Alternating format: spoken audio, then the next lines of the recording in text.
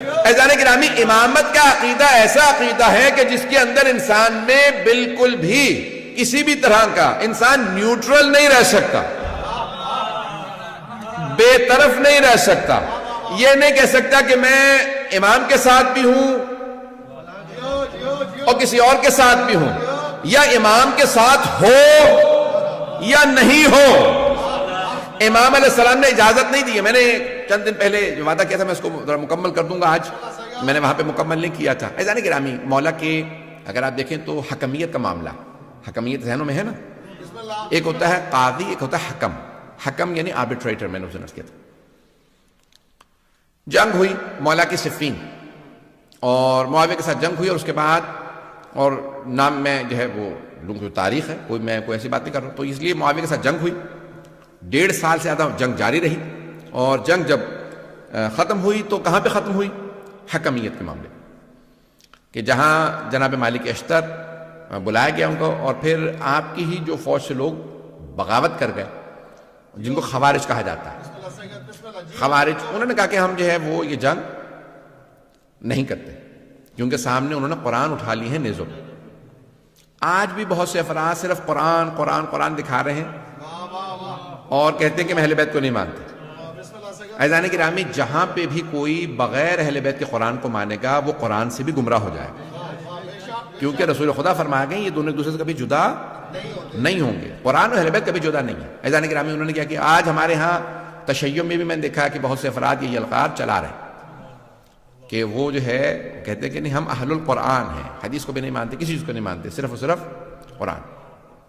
یاد رکھیے گا، جو صرف قرآن کی بات کرے گا وہ لازماً گمراہ ہو جائے گا. عزیزان گرامی، اب یہ جناب امیر علیہ السلام کے سامنے ہوا معاملہ. انہوں نے قرآن اٹھایا، مولا نے کہا بھئی یہ قرآن لے لو، یہ جو دکھا رہے ہیں اس کا واسطہ دے رہے ہیں، جنگ جاری رکھو. کہا نہیں مولا وہ قرآن کا واسطہ دے رہا ہے. مولا نے کہا اگر وہ قرآن کو مانتا ہوتا تو میرے مقابلے میں کیوں آتا؟ اور مولا نے یہ جملہ فرمایا، کہا ھذا قرآن صامت وانا القرآن الناطق، یہ خاموش قرآن ہے، میں بولتا ہوا قرآن ہوں.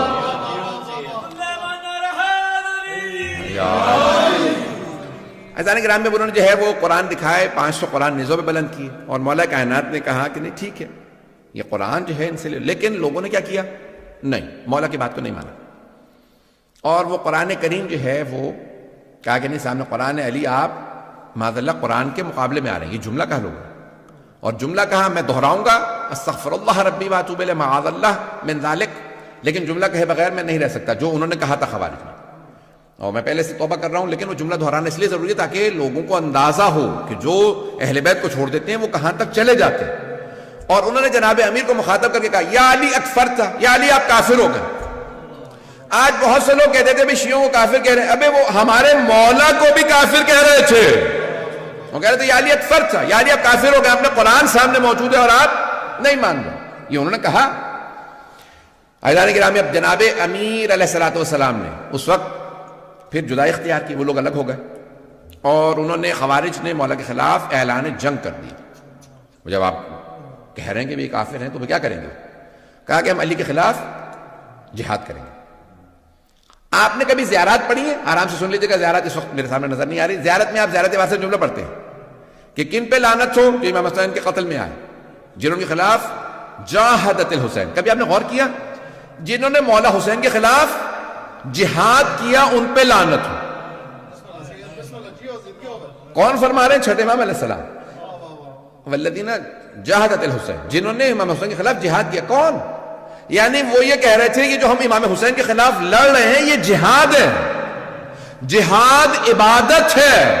نہیں ہے مجمع میرے ساتھ؟ جہاد عبادت ہے یا نہیں ہے؟ فروع دین میں 6 نمبر پہ جہاد ہے. پہلے ہے نماز، روزہ، حج، زکوٰۃ، خمس، جہاد.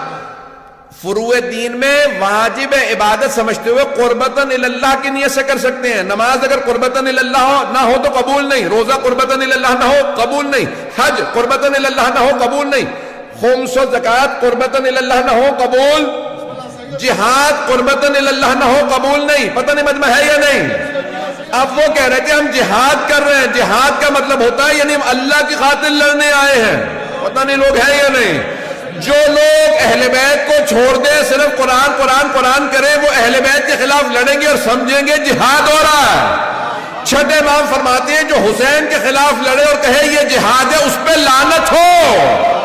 پتہ نہیں مجمع ہے یا نہیں ہے, بات پہنچ رہی ہے. اور انہوں نے کیا کہ جناب امیر کے خلاف, میں نے کل فضائل سنایا تھا, لیکن آج میں جو فضائل پیش کر رہا ہوں تھوڑی سی مختلف اینگل سے پیش کر رہا ہوں. جناب امیر کے خلاف انہوں نے بغاوت کا اعلان کر دیا اور نعرہ کیا بلند کیا, ان الحکم الا للہ.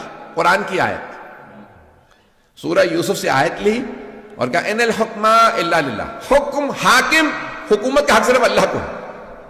یعنی کیا مطلب, علی ہمیں حاکم قبول نہیں. مولا سے کہا مولا وہ قرآن کی آیت پیش کر رہے ہیں آپ کے خلاف.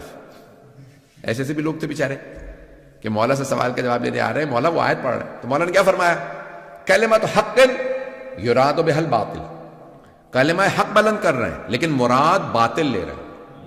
قرآن حق ہے. پھر مولا نے فرمایا کہا کہ حکومت لابد من امیر, اللہ خود حکومت کرنے نہیں آئے گا, ایک انسان ہی حکومت کرے گا, چاہے تم اللہ عادل اما عادل اما فاسق, چاہے عادل کی حکومت ہو چاہے فاسق کی حکومت ہو. تم علی جیسے عادل کے نہیں مانو گے تو پھر معاویہ سے کسی اور آدمی کے مانو گے.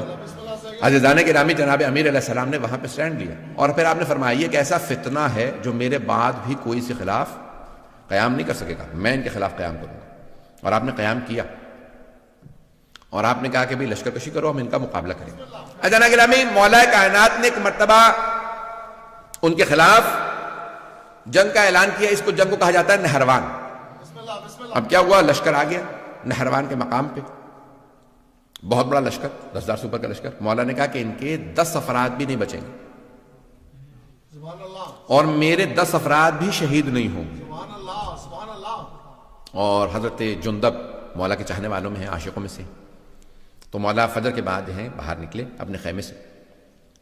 تو مولا نے کہا جندب کہاں؟ کہا مولا آپ کے دشمن بہت زیادہ ہیں. کہا نہیں جندب رک جاؤ, مجھے تمہاری حفاظت کی ضرورت نہیں ہے. میں ہوتا تو میں حضرت جندب کی خدمت میں عرض کرتا یہ مولائے کائنات ہے, یہ مشکل کشا ہے. اب بہرحال عزیزان گرامی مولا کچھ فاصلے سے واپس آئے. اس کے بعد کہا کہ جندب کیا دیکھ رہے ہو؟ کہا مولا زمین پہ دیکھ رہا ہوں چونٹیوں کی اتنی تعداد ہے کہ کون ان کی تعداد کو جانتا ہوگا, یہ سوچ رہا تھا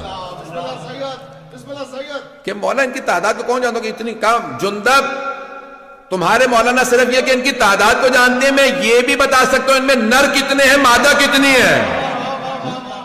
مولا کائنات کی پھر ایک مرتبہ جنگ شروع ہوئی اور مولا نے بتایا کہ کتنے لوگ آ رہے ہیں. اور جناب جندب کو کہا کہ جندب یہ جو پہاڑ دیکھ رہے ہو سامنے, اس کے پیچھے ایک لشکر آ رہا ہے, وہ بھی آئیں گے, حملہ کریں گے. وہی خوارج ہیں, وہی نہروان کے اس مقام پہ آئیں گے, مجھ سے بھی مقابلہ کریں گے.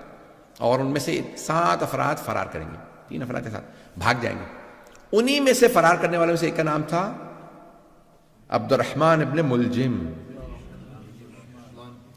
جس کو یعنی ہمارے ہاں کہا جاتا ہے کہ جس قدر یعنی سب سے شقی القلب کہا ہے رسول خدا نے اس آدمی کے لیے کہ کربلا میں بھی آنے والوں سے زیادہ پتھر دل انسان یہ ہے, شمر سے زیادہ ملعون ابن ملجم. اور کہا جاتا ہے کہ اس کا نام لے کر کے جتنی ہو سکے لعنت کرنا اس کا بے انتہا ثواب. عزیزان گرامی مولا نے پھر جنگ کی اور مولا جو ہیں وہ عام طور سے زمین پہ کھڑے ہو کے جنگ کرتے تھے. جو آئے مقابلہ کرے, جو مارا جائے, جو بھاگ جائے. واحد جنگ ہے جہاں پہ مولا نے فرمایا, کہا اس میدان سے کسی کو بھاگنے نہ دینا. یہ صفین کے لیے اور نہروان کے لیے لوگوں نے کہا کہ مولا نے صرف ان کے لیے کہا اس میدان سے جو بھاگے اسے بھاگنے نہ دینا, اس کے پیچھے اس کے مقابلہ کرنے کے لیے جانا اور اس کو وہاں مار دینا. کہا مولا کیوں؟ جمل میں آپ نے کہا جو بھاگتا ہے بھاگ جائے, لیکن یہاں پہ آپ فرما رہے ہیں کہ جو بھاگتا ہے اسے بھاگنے بھی نہ دو. کہا جمل میں لوگ ماں کا نام سن کے دھوکہ کھا کے آ گئے تھے, پتہ نہیں لوگ ہیں یا نہیں, سوچ رہے تھے شاید ماں صحیح ہو اس لیے دھوکہ کھا کے آئے تھے, انہیں نہیں پتا علی حق ہے. پتہ نہیں مجمع ہے یا نہیں. کہ اس لیے میں نے وہاں پہ کہا تھا جو بھاگے بھاگنے دو, دھوکہ کھا کے آئے. وہاں مسلمان تھے, دھوکہ کھا کے آ گئے تھے. یہاں یہ منافق ہیں, کافر ہیں, اسلام کا لبادہ اوڑھ رکھا, کہ کوئی بھاگے اسے بھاگنے نہ دینا. مولا نے ایک مرتبہ ذوالفقار کھینچی، اللہ اکبر کی صدا دی، گھوڑے کو ایڑ لگائی، مولا صفوں سے اپنے گھوڑے کو دوڑاتے رہتے تھے، جہاں سے گزرتے تھے سر ہی سر نظر آتے تھے۔ کسی نے سوال کیا یا علی تلوار چل نہیں رہی، سر پہ سر گر رہے ہیں؟ میں اپنے انداز سے جواب دے رہا ہوں، مولا کہیں گے میں ذوالفقار کو روک رہا ہوں، رک نہیں رہی ہے۔ مولا نے وہاں پہ مقابلہ کیا اور بھاگنے میں صرف چند افراد ہی کامیاب ہوئے، باقی سب کو مار دیا۔ مولا نے کہا کیوں؟ یہ ایسا فتنہ ہے، یہ جہاں جائیں گے کفر پھیلائیں گے۔ اگر وہ چند افراد بھی جو بچے تھے، آج اگر آپ کو داعش نظر آ رہے ہیں تو سمجھ لیں انہی کی تبلیغ کا اثر ہے۔ بات پہنچ گئی ہے ذہن گرامی میں، بکلیئر ہوئی ہے۔ یہ جو بھی اہل بیت کے خلاف خروج کرتا ہے، چاہے کسی دور میں کرے، وہ کہتا ہے میں جا کے جنت البقیع ڈھاؤں گا، میں سامرہ پہ حملہ کروں گا، یہ جو بھی ہے اس کا مطلب ہے یہ خارجی ہے، یہ خروج کر رہا ہے امام کے خلاف۔ اور خوارج ہمارے تمام علماء نے کہا کہ وہ نجس ہیں، عین نجس، اخبث و انجس ہیں، نجس جانوروں سے بھی زیادہ۔ اس سے زیادہ کھل کے تو نہیں پڑھ سکتا ممبر سے۔